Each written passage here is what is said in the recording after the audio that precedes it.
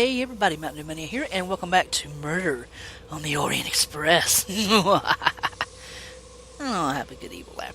So I am rocking and rolling, and we are finding out. I'm getting fingerprints, and I'm questioning people. I'm a detective.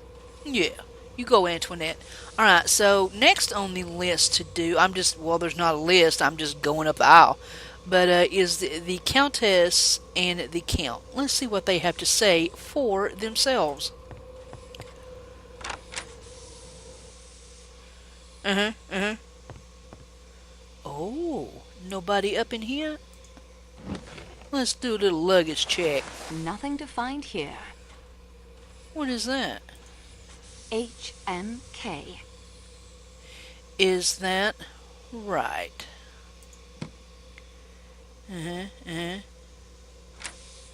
Nothing to see. Okay. HMK. HMK. H. Would you look at that? My. A rich countess. Mmm. Interesting, wouldn't you say? Now that. Now, next door is the husband, right? Uh-huh. No, he's not here either. My. Nothing of interest here. Uh-huh. Okay. I won't find anything else in there. Okay. Don't get excited, Antoinette. Just shoes. Mm. Okay. Nothing to... Okay. Alright. Let's just go on... They must be in either the saloon car... My cats were fighting on the porch if you hear a banging in the background. Oh, my lord. Now, this is... Oh, the princess is not here. So I will borrow some things. Yes, there she is. Princess. What's that? The bracelet is worthless, mademoiselle. It is copper only.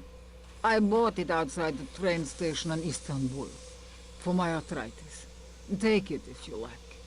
I'm very sorry, Your Highness. I realize how this must look, but I'm only doing the job assigned me. I promise I'll return it to you, if I can. Ah, then I expect you would like to interrogate me. I believe that is the correct term. If I may. But of course, I am suspect just as anyone in the Calais coach must be.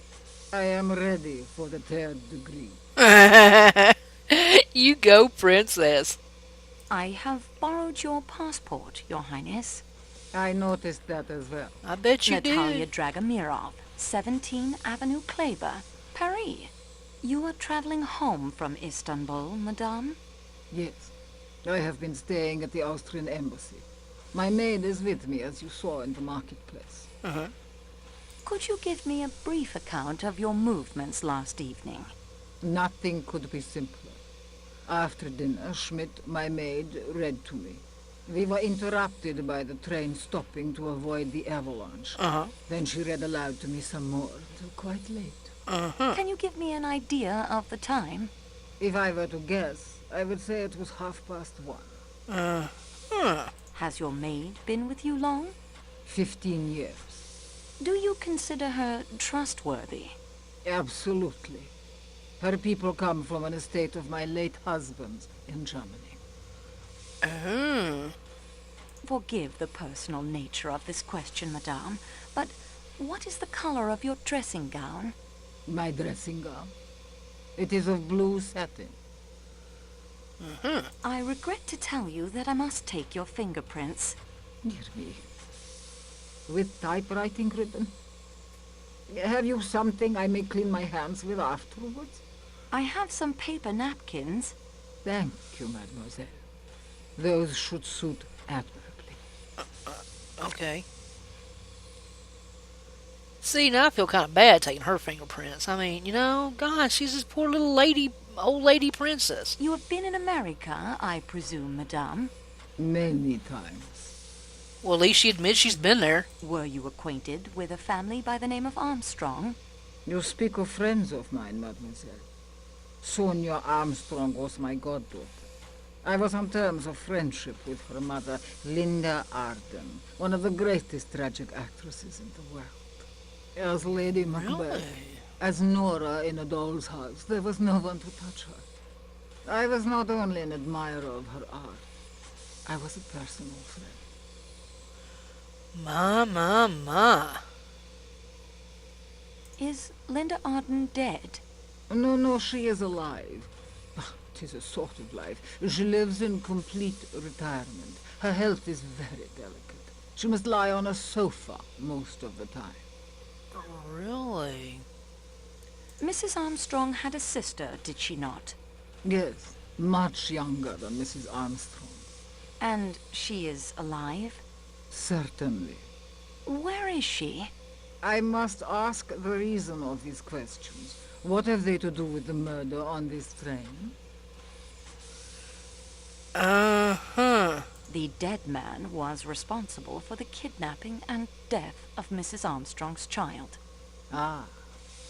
In my view, then, this murder is an entirely admirable occurrence. You will pardon my slightly biased point of view. It is most natural, madame. Where is the younger daughter of Linda Arden, the sister of Mrs. Armstrong? I've lost touch with the younger generation. I believe she married an Englishman some years ago, but at the moment I cannot recollect the name. Mademoiselle, you will forgive me, but the one you assist, he who guides the investigation, no one has told me his name. He is Hercule Poirot, madam. Poirot. Of course. I thought his face was somehow familiar to me. Poirot on this train. It is destiny.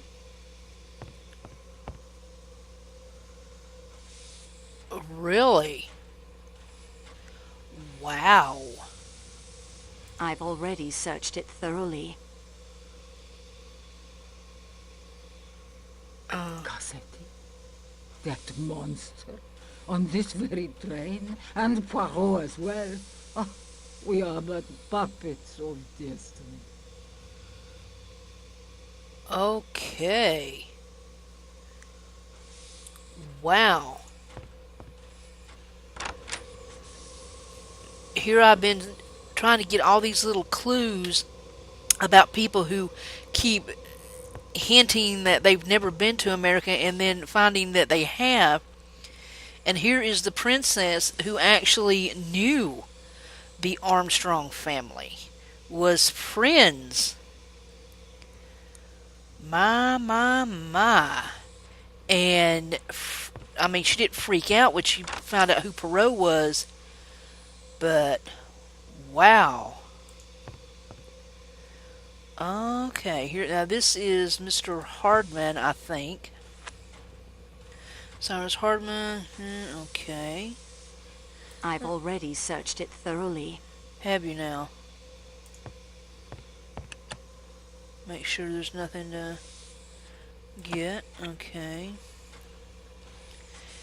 Nothing else to see in there. Okay. Make sure there's nothing in the... Okay. I can't see anything of interest.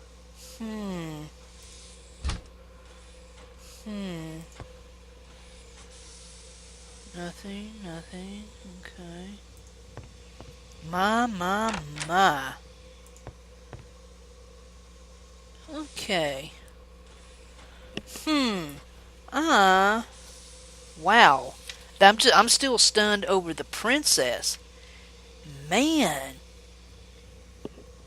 Now see, but her maid didn't say anything, but of course I didn't ask anything. So, oh man. Wow.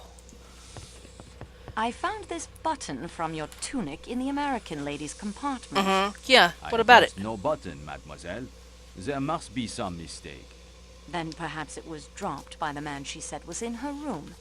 There was no one there. The lady must have imagined it. I need to ask you some questions about Monsieur Ratchet's death. Yeah. But of course, Mademoiselle Marceau, I will do anything I can to help. Yeah, you will. When was the body discovered? The valet of Monsieur Rachet, he tapped several times at the door this morning. There was no answer. Then, half an hour ago, Lucien, the waiter, came. He wanted to know if Monsieur was taking déjeuner. It was 11 o'clock, you comprehend. Continue. I opened the door for him with my pass key. But there is a chain, too, and that is fastened. There is no answer, Really? and it is very still in there, and so cold. The window open, I borrow the engineer's hammer, and break the chain, and go in. Monsieur Rachet was... it was terrible. The chain was fastened.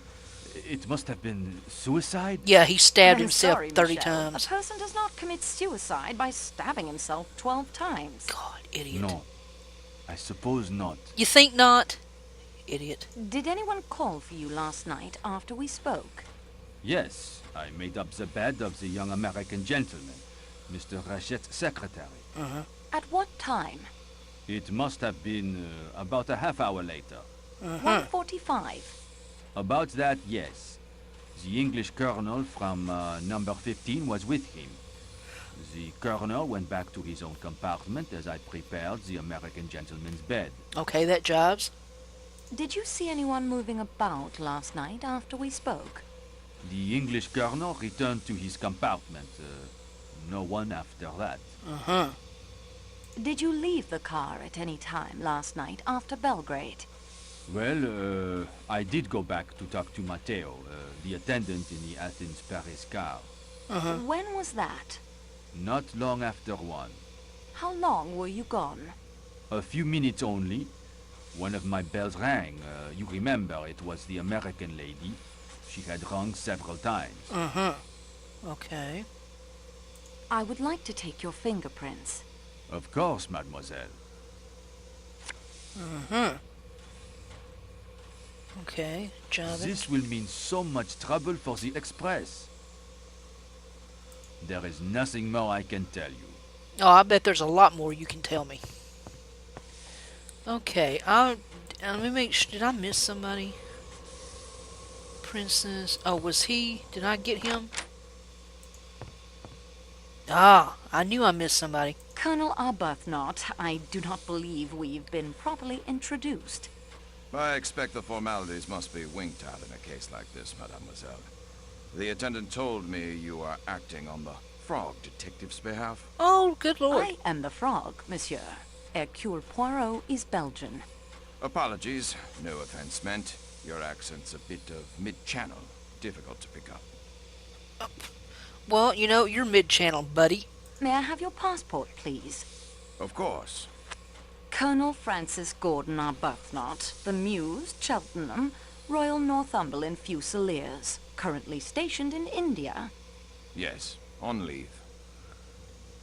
Really? But you're not traveling on the P&O boat? Why not? I stopped in Baghdad with the AOC, who happens to be a good friend of mine. What's AOC? Something. Oh man, what? Anybody know what AOC is? Where did you meet Mademoiselle Debenham?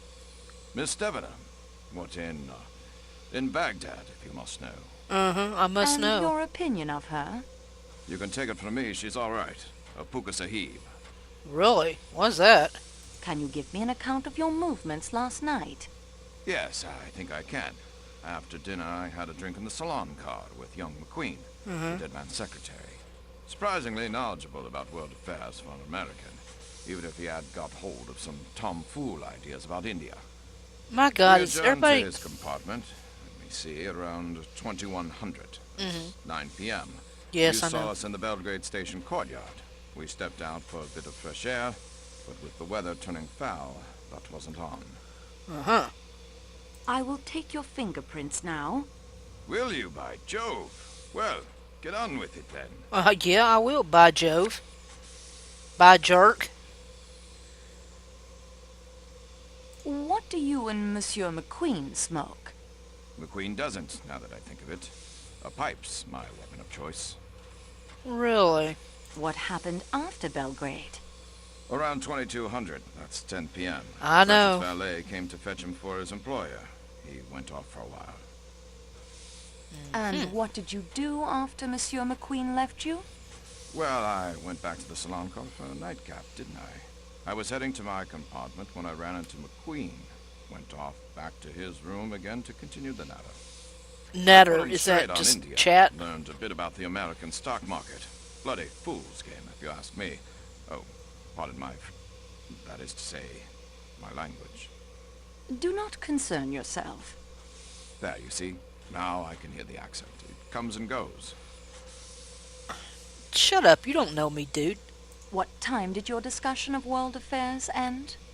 The conversation was so engrossing, by the time I looked at my watch, it was 1:45. The Queen called the attendant to make up his bed. I came back here. Did anyone pass Monsieur McQueen's room while you were talking? A good many people, I should think. I wasn't paying attention. The attendant did at one point, and I think I caught a glimpse of you wandering about.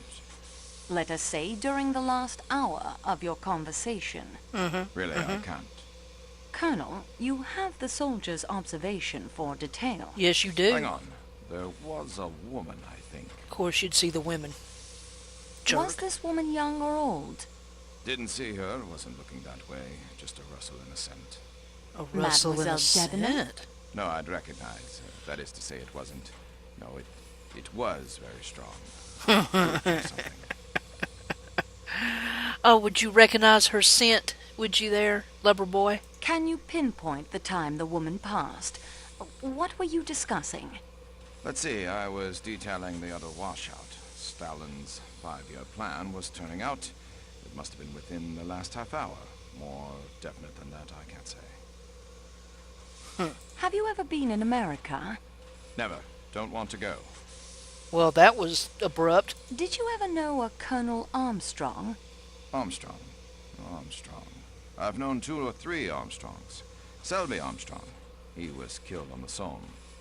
I mean the Colonel Armstrong who married an American woman and whose only child was kidnapped and murdered. Ah, yes. I remember reading about that. Shocking affair. Never actually came across the fellow, but his name came up in the officers' mess, of course. Toby Armstrong. Nice fellow. Everybody liked him. Distinguished career, got the VC, Victoria Cross.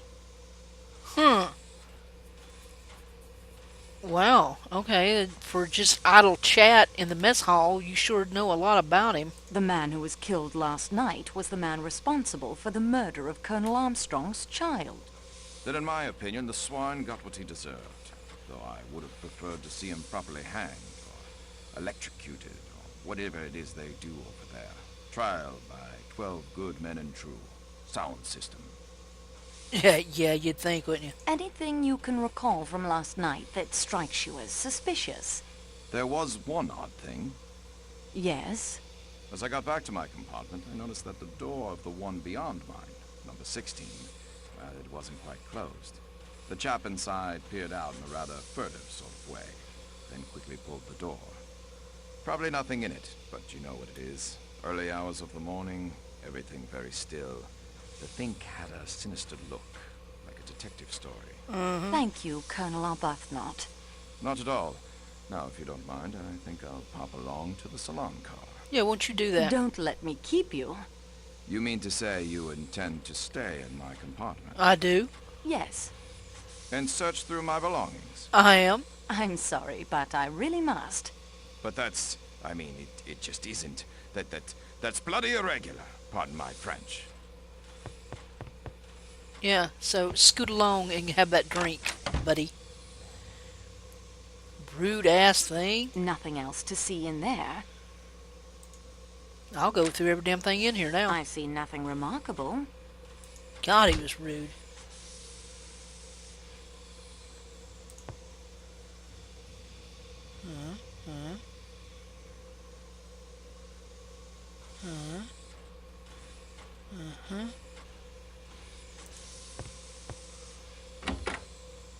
Okay, back in that goes to the princess. Okay. I won't find anything else in there. Okay. I'm just double checking. I am just double checking everything. Because you just snotty. Good lord. Alright, so we've got everybody here now.